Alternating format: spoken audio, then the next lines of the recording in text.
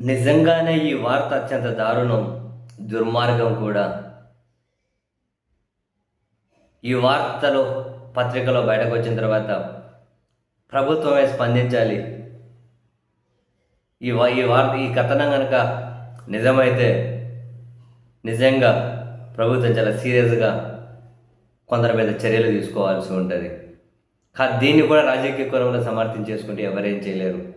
ప్రభుత్వమే చెప్పాలి అసలు ఈ ఎపిసోడ్ చుట్టూ ఏం జరిగింది అని. విషయం ఏంటి?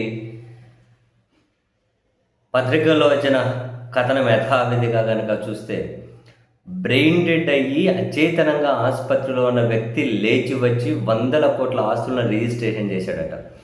ఒక వ్యక్తి బ్రెయిన్ డెడ్ ఆసుపత్రిలో ఉంటే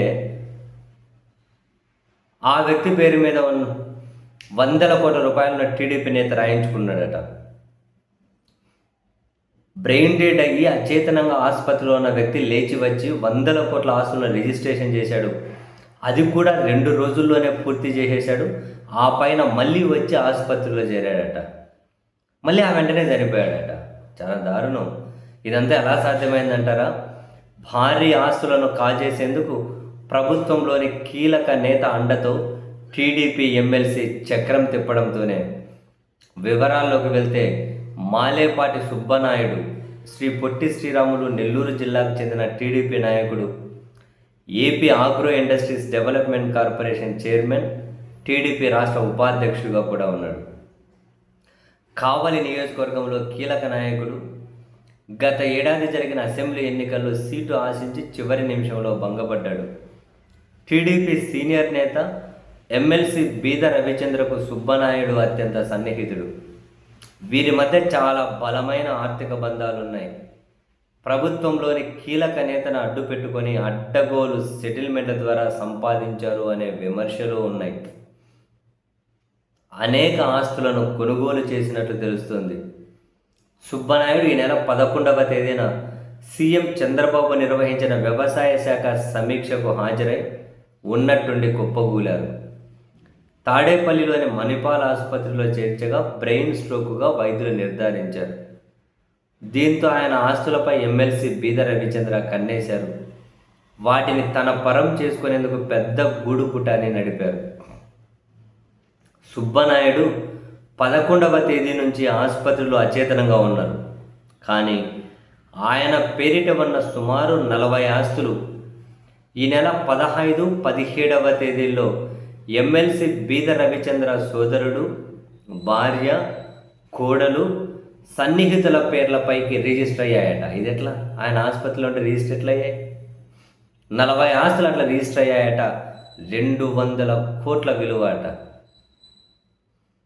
ఈ ఆస్తులన్నీ పొట్టి శ్రీరాములు నెల్లూరు జిల్లా రామాయపట్నం పోర్టు, దగదర్తి విమానాశ్రయం, జువ్వాలదిన్నె షిప్పింగ్ హార్బర్ పరిసరాల్లో ఉన్న ఖరీదైన ఆస్తులట.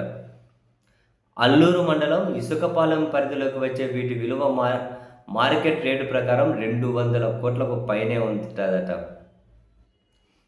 సుబ్బనాయుడు కుటుంబ సభ్యులను బెదిరించి ఆయన ఆస్తులను ఉన్నపలంగా బీద రవిచంద్ర తన వాళ్ళ పేరిట మార్పించుకున్నారనే సమాచారం. విషయం ఎవరికీ తెలియకుండా మేనేజ్ చేసి అత్యంత రహస్యంగా ఉంచారట. సుబ్బనాయుడు తీవ్ర అస్వస్థతకు గురైన విషయం తెలిసిన వెంటనే ఆసుపత్రికి చేరుకున్న బీద రవిచంద్ర ఆసుపత్రి యాజమాన్యాన్ని మేనేజ్ చేశారు అనే ఆరోపణలున్నాయి. ఆస్తులు రాయించుకునే ఉద్దేశంలోనే 20వ తేదీ వరకు సుబ్బనాయుడిని వెంటిలేటర్పై ఉంచారనే అనుమానాలు వ్యక్తమవుతూ ఉన్నాయి. ఈ మధ్యలో ఒకరోజు ప్రభుత్వంలోని కీలక నేతను తీసుకొచ్చి ఆయన కుటుంబ సభ్యులతో మాట్లాడించారని అంటున్నారు. సుబ్బనాయుడు పదవిని కుటుంబ సభ్యుల్లోనే ఒకరికి ఇస్తామని చెప్పించారని సమాచారం. సుబ్బనాయుడి ఆస్తులను రాయించేసుకునేందుకు బీద రవిచంద్ర పెద్ద పన్నాగమే వేశారు. ఇసుకపాలెం ఆల్లూరు సబ్ రిజిస్ట్రార్ పరిధిలోకి వస్తుందట. కానీ అక్కడి అధికారి కాకుండా తాను చెప్పినట్లు వినే కావలి సబ్ రిజిస్ట్రార్ను పిలిపించి మేనేజ్ చేసినట్లు సమాచారం. ఎనీవేర్ రిజిస్ట్రేషన్ అవకాశాన్ని దీనికోసం ఉపయోగించుకున్నారట.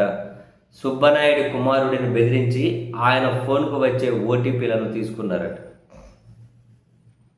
అల్లూరు మండలం ఇసుకపాలెం పరిధిలో సుబ్బనాయుడి పేరు మీద ఉన్న 40 ఆస్తులను 15-17 తేదీల్లో రవిచంద్ర తన సోదరుడు బీద గిరిధర్, తన భార్య జ్యోతి, కోడలు రిషిత, సన్నిహితులైన కూరపాటి రఘునాథరాజు, నిడమోసలి మల్లికార్జున రెడ్డి, నిడిమోసలి సుజన, తుంగా ఉష, నర్రా శ్రీధర్, రేబాల వెంకటేశ్వరన్ పేర్లపైకి మార్పించేశారట.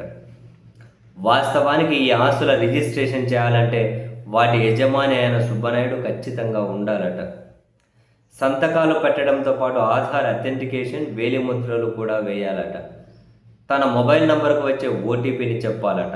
కానీ ఈ నెల 11వ తేదీన స్ట్రోక్ వచ్చినప్పటి నుంచి ఆయన స్పృహలోనే లేరు. అయినప్పటికీ ప్రభుత్వంలోని కీలక నేత ప్రమేయం ఉండడంతో రవిచంద్రకు అడ్డు లేకుండా పోయిందట. పని పూర్తయిపోయిందట. 100 కోట్ల విలువ చేసే ఆస్తులు చేతులు మారాయట. రిజిస్ట్రేషన్లు చేయించుకున్నాక వెంటిలేటర్ తొలగించి సుబ్బనాయుడు మృతి చెందినట్లు ప్రకటించారటప్ప. ఇంత దారుణంగా ఉంటుందా రాజకీయం? సాధారణంగా సంపూర్ణ ఆరోగ్యంతో ఉన్న వ్యక్తి మాత్రమే తన పేర ఉన్న ఆస్తిని ఇతరులకు రిజిస్ట్రేషన్ చేయాలట. స్పృహలో లేకుండా, తన ప్రమేయం లేకుండా ఉన్నప్పుడు బలవంతంగా ఎవరి ప్రోద్బలంతోనైనా రిజిస్ట్రేషన్ చేస్తే అది చెల్లదట. అంతేకాదు, అది పెద్ద నేరమని రిజిస్ట్రేషన్ చట్టం చెబుతోందట. తప్పని తెలిసిన సుబ్బనాయుడి ఆస్తులను అధికార బలంతో బీద రవిచంద్ర తన వారి పేర్లపై మార్పించేసుకున్నారట. కావలి సబ్ రిజిస్ట్రార్ పరిధిలో 15వ తేదీన డాక్యుమెంట్ నంబర్లు 5546, 4463, 4458, 4455, 4455, 4459, 4480, 4477, 4478, 4479, 4454, 4481, 4457 ద్వారా సుబ్బనాయుడి ఆస్తులను బీద రవిచంద్ర తన వారి పేరిట రిజిస్ట్రేషన్ చేయించుకున్నారట.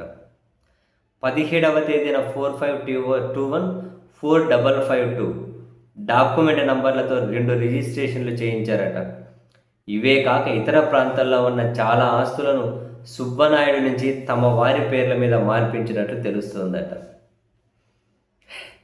ఏందా ఇంత టూ మచ్? ఇంత దారుణంగా ఉంటారు అధికారులు. ఒక మనిషి లేకున్నా చనిపోవడానికాడ పాపం వెంటిలేటర్ మీద ఉన్నాడు అన్న ఆ మనిషి పేరు మీద రిజిస్ట్రేషన్లు ఎట్లా అయ్యాయా? ఆయన ఆసుపత్రిలో ఉన్నట్లు ఆసుపత్రి డేటా ఉంటుంది, రికార్డ్స్ ఉంటాయి.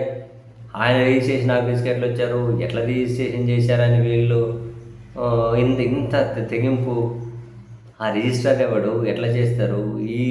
ఎంత అధికారంలో ఉంటే, ఎంత రాజకీయం నడిపితే ఎన్ని ఘోరాలు జరుగుతాయా అమ్మ! దీనికోసం అయితే వ్యవస్థలు ఎందుకే? ఏ సిస్టమ్ అయినా, ఏ వ్యవస్థ అయినా ఏమో అవసరం?